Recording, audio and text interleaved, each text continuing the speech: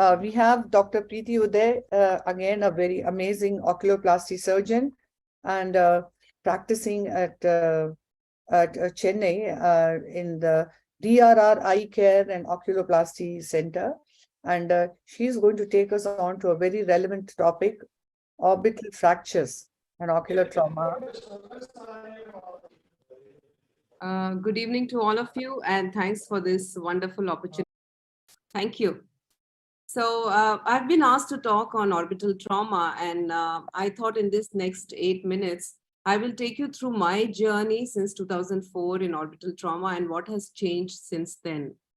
So in the past, we used to see a lot of patients with this kind of a scar right in the middle of the face, where infraorbital incisions were taken to place the orbital floor implants. Now we have moved virtually to conjunctival incisions, lid crease incisions, and vestibular incisions. So the patients virtually have no external scars in spite of very complex orbital reconstructions. We have now moved more from MedPo to titanium. MedPo has its role in smaller fractures where we have enough support surrounding the fracture. But most of the time for complex fractures, titanium is the implant of choice. And in earlier years, whenever there was an expansion of the orbital volume, we just filled the orbit with implants. So we used to have stacking of MedPore implants, or we used to have MedPore with bone cement on top of it. And very often we found implants which were misplaced, and half of the implant used to be hanging in sinus. But now our concepts are much more clear. We know that the implant has to be placed at the posterior ledge, that is a stable bone posterior to any fracture. And we know that the buttresses, which are the pillars of the orbit, these are the buttresses, vertical and horizontal, which need to be reconstructed. And we should do the rim of the orbit first and then the walls. So these concepts have helped us improvise in our results. We are now boldly taking up reconstructions like naso-orbitoethmoid fractures, zygomatic fractures. Oculoplastic surgeons have been able to do it very comfortably. Diplopia correction knowledge has now improved, and we are able to take up soft tissues and lacrimal drainage system abnormalities at the same time during our bony reconstructions. The additional new thing that we are doing now is we are also giving periocular micro and nano fat injections to augment the orbital wall, to augment the periocular volume. And we also look into the wound modulations with 5-fluorouracil, Botox, as well as steroids. Now, I think advancement in technology is tremendous in orbital trauma reconstruction. Virtually all the patients who have a complex trauma, we make 3D skull models. We also have access to virtual planning, intraoperative navigation, and now patient-specific implants are being manufactured by Indian companies. So these are the kind of 3D skull models that we create for most of our patients. We can explain to the patient the plan of the surgery, and also it's a good teaching tool for research academies. And we also pre-contour implants on these skull models and use these implants intraoperatively. Now, an advancement in this is that we use mirrored skull models. That is, we mirror the normal orbit onto the abnormal orbit, and we contour implants on this mirrored model, and that acts as a guide during surgery. Of course, virtual planning access is now available. Most of the multi-specialty hospitals have CMS software, and we can mirror the normal orbit onto the abnormal orbit and also virtually insert the implant that we want to use and see if that implant is adequate in size. So preoperatively itself, we come to know if the implant is inadequate, and we can plan a patient-specific implant for those patients. So this is how a patient-specific implant is done. That is, here I'm sitting at a Zoom meeting with the manufacturer. You explain to them exactly the area of coverage, what are the fixation points that you want, what is the mesh size and the thickness and everything, and you can customize an implant for the patient. Now the cost is also reduced because now Indian companies are manufacturing quite good implants. And this is one such customized implant where we have split the implant into smaller components for ease of insertion.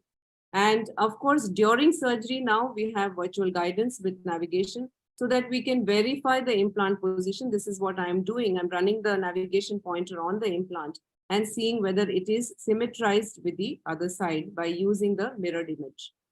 Now I'll take you through a few of the cases, like this patient who has an enophthalmos. He already has a zygoma repair. You can see the zygoma is posterior. He also has a floor and medial wall fracture. This usually happens when other specialty people do orbits because they're scared to go posterior orbit. And so they just do the rim and come out, and the patient has residual enophthalmos.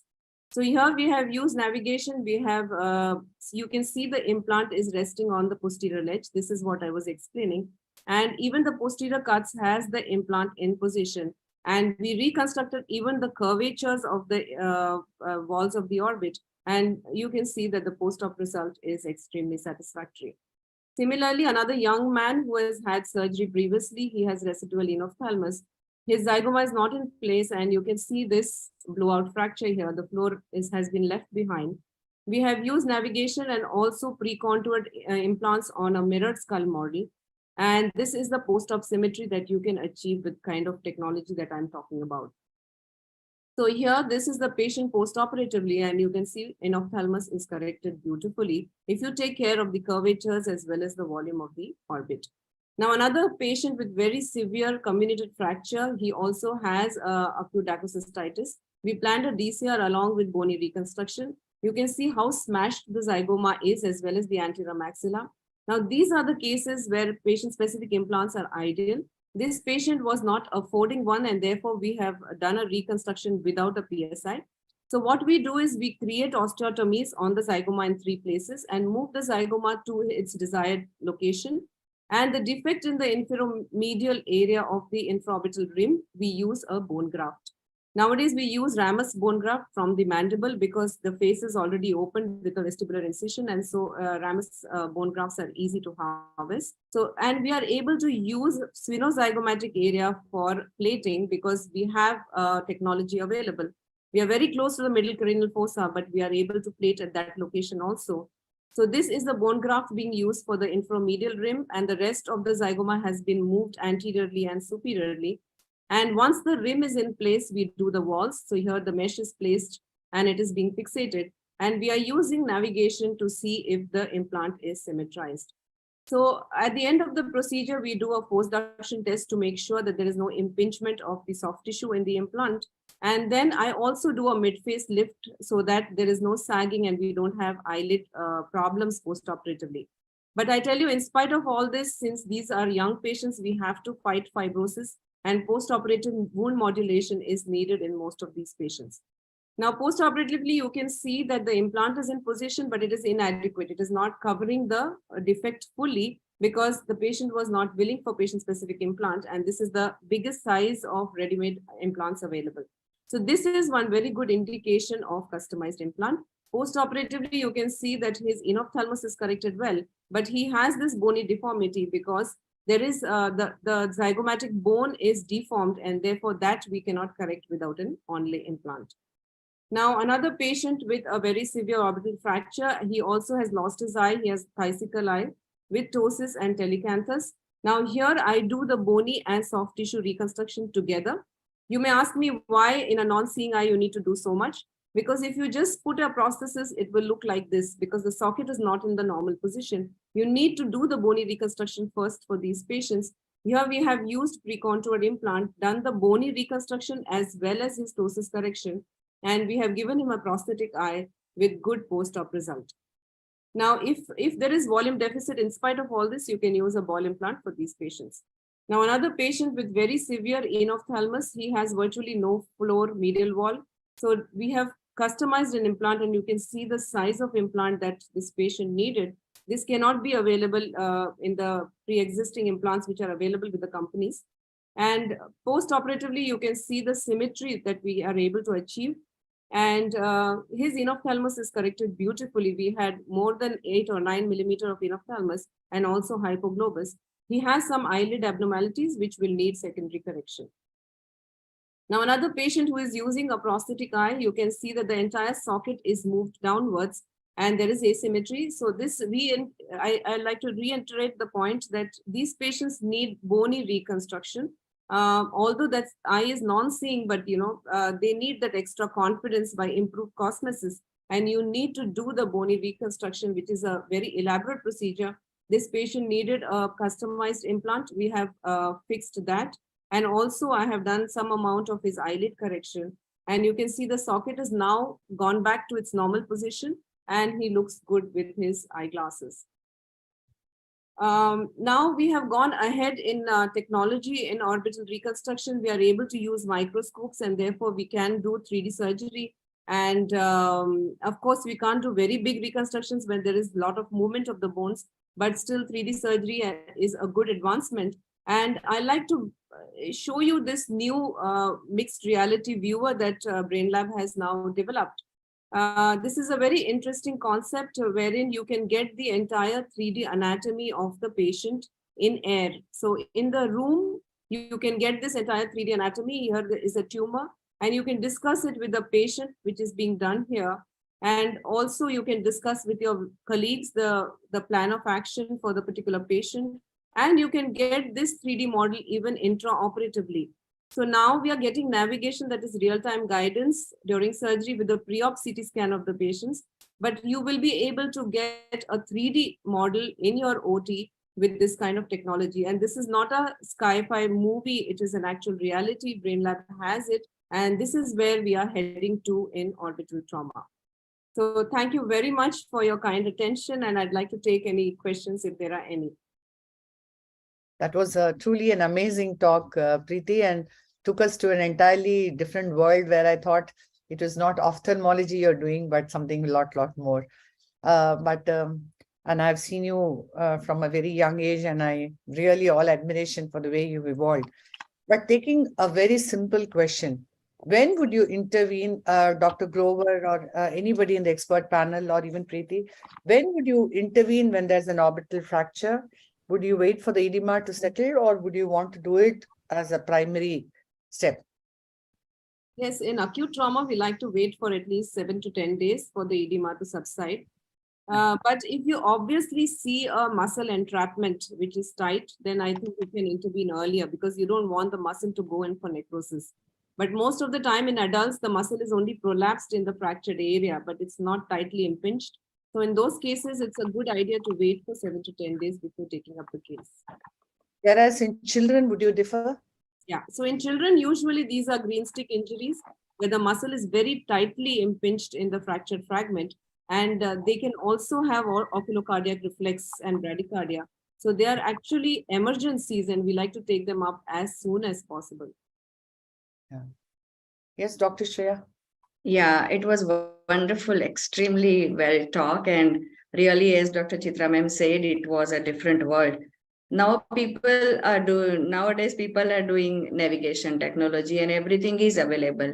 But my question to either Dr. Grover sir, Dr. Honavar sir, or Dr. Priti, whatever, whosoever answer, if person doesn't have facility of this modern technology, and if you don't have any setup in your operation theater, one or two practical tips for the ophthalmologist, for oculoplastic surgeon who don't have this navigation technology, how would you go for that? And how would you select the specific implant for this person? And what practical point you will keep in your mind while putting an implant?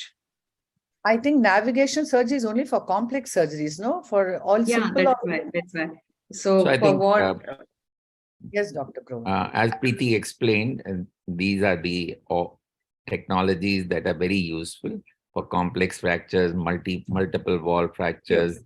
fractures which have been repaired before and did not align well.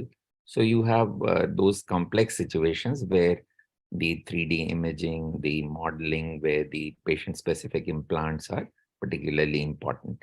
But 80 to 90% of our cases can be managed with the conventional techniques, most often using titanium preformed piece implants, or even mid-core and smaller ones, or even absorbable ones in the green stick type of fractures which Priti spoke about.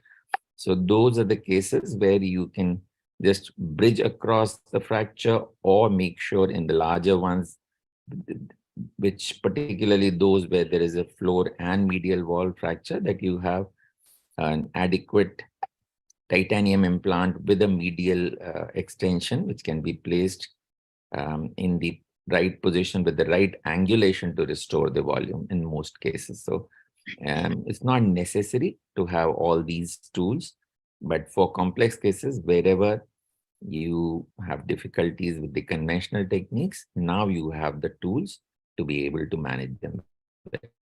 And excellent talk, Priti. yes, yes. And, And Dr. Priti, everything how would you was titrate? adequately.